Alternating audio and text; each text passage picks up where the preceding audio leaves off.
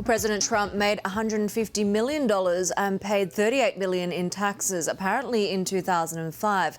That's according to a statement released by the White House. Let's bring Ramy Inocencio with some more details. And Ramy, tell us more about these numbers. What do we know? Yeah, well, it's interesting here because while MSNBC, which is the news organization that broke this story about 50 minutes ago or so, they basically got jumped on by the White House, actually coming out ahead with those numbers there. There are a couple other numbers, though, that I do want to tell you about. $103 million.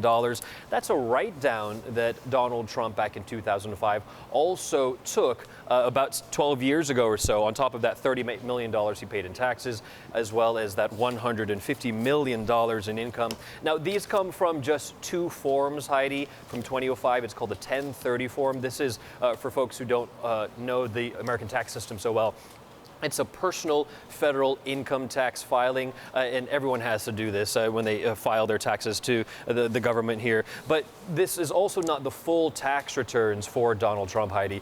There's still a lot much more out there. This is just the basic overview of what's happening here. Now, off of all of this, you'd be expecting that the White House would be saying something. Right now, we're not seeing anything from at least the Twitter accounts from Donald Trump, but the White House did, as I say earlier on, come out saying that MSNBC itself is desperate for ratings, and they did talk about those numbers, Rish.